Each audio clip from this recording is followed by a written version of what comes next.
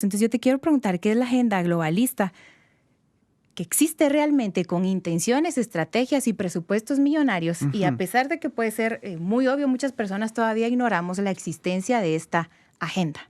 Bueno, a ver, agenda globalista es la agenda que enmarca un proyecto que está compuesto por distintas demandas, distintos discursos, distintas causas. En verdad todas tienen un hilo conductor bastante claro, de lo cual ya lo vamos a hablar. Pero la primera idea sería eso, que es una agenda globalista, es una agenda que tiene causas múltiples y demandas múltiples que son tan cotidianas para nosotros a esta altura de la historia, como por ejemplo el feminismo, por ejemplo el LGBT, por ejemplo, el abortismo, por ejemplo, ciertos ataques a determinadas iglesias, no son a todas las iglesias, son a las iglesias de raíz cristiana, no son a las iglesias, digamos, ni judías, ni de otros tipos de credos, es generalmente un ataque hacia el cristianismo, después podemos ver por qué. Digamos que, bueno, en verdad esto de los ataques a las iglesias según también en qué lugar, porque los judíos ortodoxos en este momento, por ejemplo, están también siendo bastante atacados. Es una agenda que también ataca a la familia entendida en sus términos naturales como padre, madre, hijos. Y es una agenda que está atacando también a las distintas patrias. La idea de soberanía nacional, por ejemplo, está siendo cuestionada porque el núcleo de la agenda consiste en generar un desplazamiento que va desde el poder soberano nacional a un poder soberano supranacional. Esto es muy, muy importante y suena un poco difícil por las palabras, que no son estas palabras tan cotidianas como feminismo, aborto, LGBT, pero acá ya hay un núcleo, digamos, de proyecto político muy importante. Nosotros tenemos que entender que si esta agenda se llama globalista es porque está planteando una unificación política global. Entonces, la agenda globalista que dice, no, esto ha quedado viejo.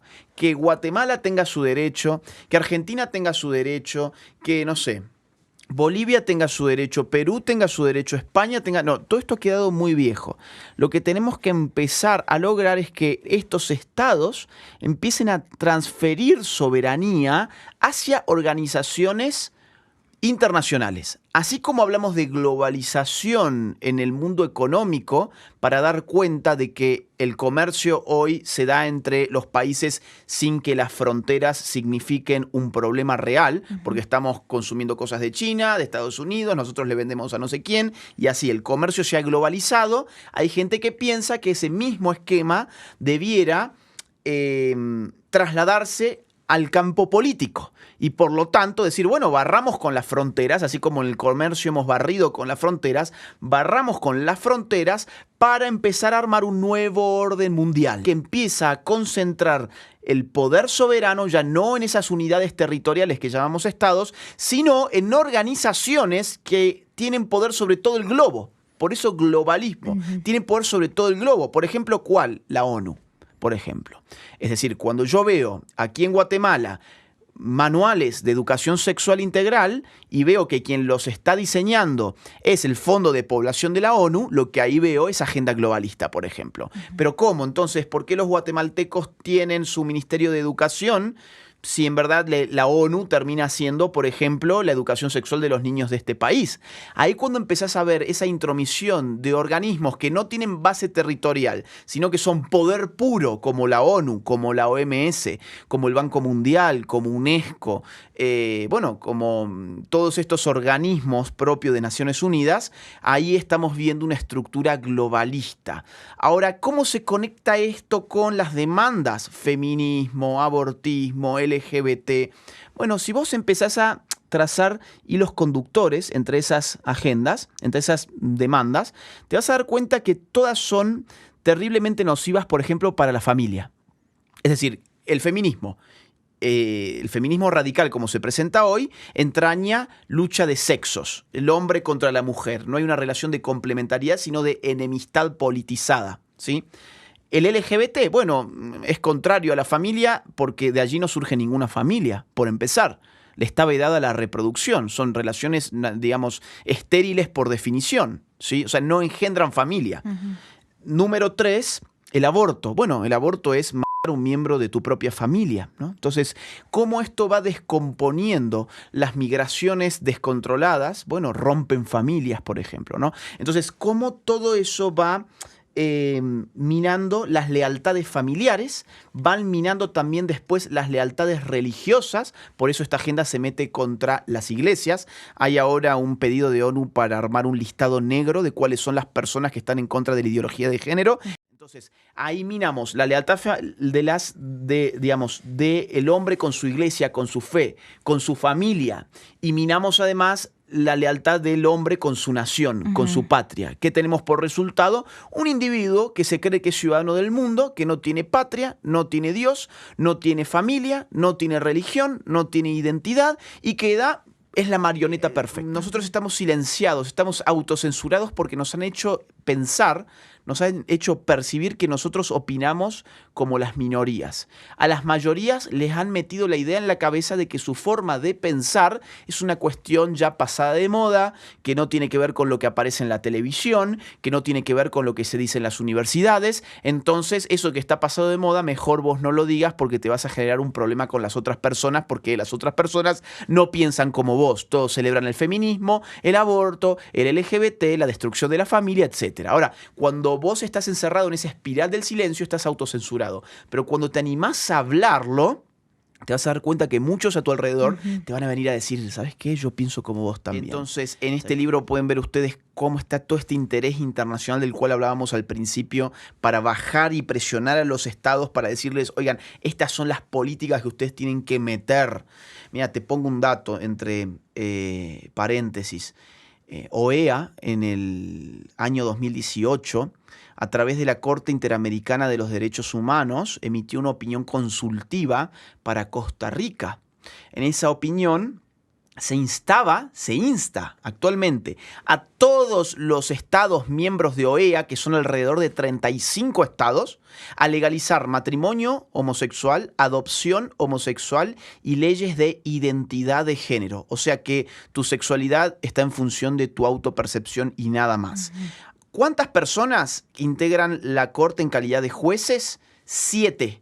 O sea, 7 personas diciéndoles a 35 estados, nación de América, cómo tienen que estructurar sus leyes internas. A esto es lo que yo me refería hace un rato con lo de globalismo. Bien, el libro de Gabriele Cubi van a ver cómo en la ONU manejan todo esto de esa forma. Y además, bueno, ¿por qué no? El libro negro de la nueva izquierda que escribimos con Nicolás Márquez, que tiene más el costado político, vinculando estos con las militancias de izquierdas y cómo toda esta agenda revitalizó a los movimientos de izquierdas.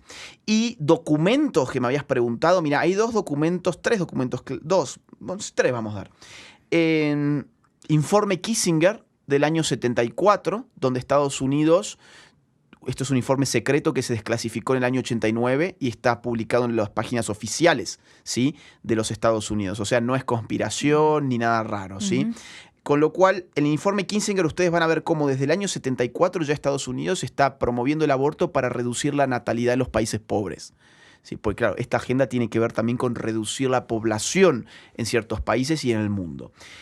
Segundo documento, la conferencia del Cairo, 1994, ONU. Lo buscan así, Conferencia del Cairo, 1994, ONU. Les va a salir en la página oficial de ONU la Conferencia de Población y Desarrollo del año 1994, donde la ONU llama a tomar medidas urgentes para hacer descender la natalidad, sobre todo en los países pobres. Entre esas medidas urgentes se les pide a todos los estados legalizar las llamadas políticas de salud sexual y reproductiva, todas para el año 2015. Esto fue el año 1994, ¿sí?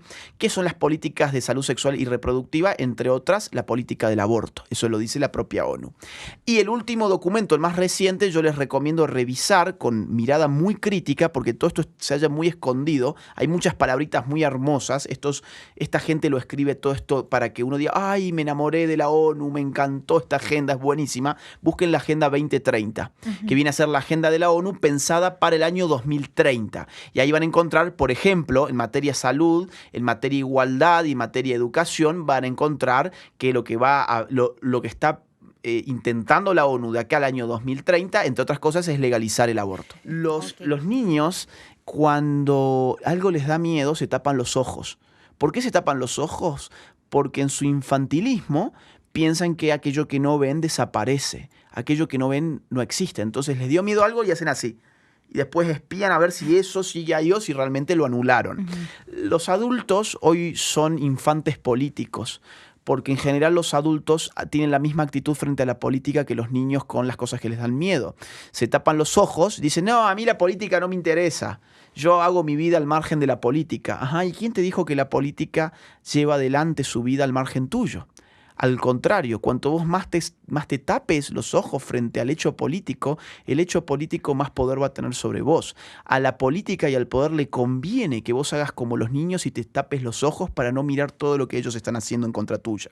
Entonces, llegó la hora también de ponerse los pantalones largos, tomar la responsabilidad de los adultos. Pasa que nos han vendido que todo era un derecho. Vos fíjate, todo es un derecho.